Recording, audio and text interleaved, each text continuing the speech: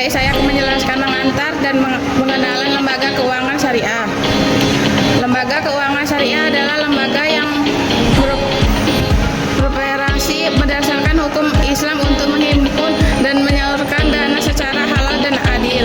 Fungsinya ada dua, yaitu menghimpun dana dari masyarakat dan menyalurkan kembali untuk kegiatan yang produktif dan halal. Contohnya antara lain bank syariah seperti BSI dan Muamalat, BMT, asuransi syariah, pegadaian syariah, pasar modal syariah, serta lembaga zakat dan wakaf. Semua lembaga ini berperan penting dalam mewujudkan sistem keuangan yang amanah dan berkeadilan.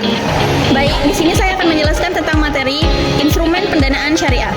Pendanaan adalah kegiatan lembaga keuangan syariah dalam menghimpun dana dari masyarakat.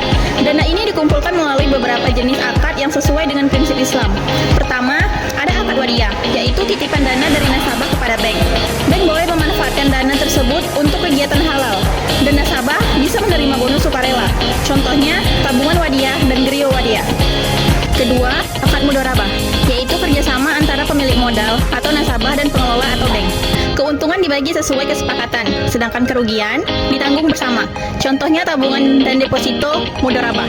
Jadi, dalam pendanaan syariah tidak ada bunga, melainkan sistem bagi hasil dan saling percaya antara kedua pihak. Baik, saya akan menjelaskan instrumen pembiayaan syariah. Pembiayaan syariah adalah penyaluran dana dari lembaga keuangan kepada masyarakat yang membutuhkan modal. Pembiayaan ini harus dilakukan dengan akad sesuai dengan prinsip Islam. Berikut jenis-jenis akad. Yang pertama itu pembiayaan bagi hasil seperti murabahah dan musyarakah, di mana keuntungan dan rugi bagi sebagai sesuai porsi modal. Yang kedua itu pembiayaan jual beli atau bai. Misalnya murabahah, salam dan istihad. Pada murabahah, bank membeli barang yang dibutuhkan nasabah, lalu menjual dengan harga pokok plus margin keuntungan yang disepakati.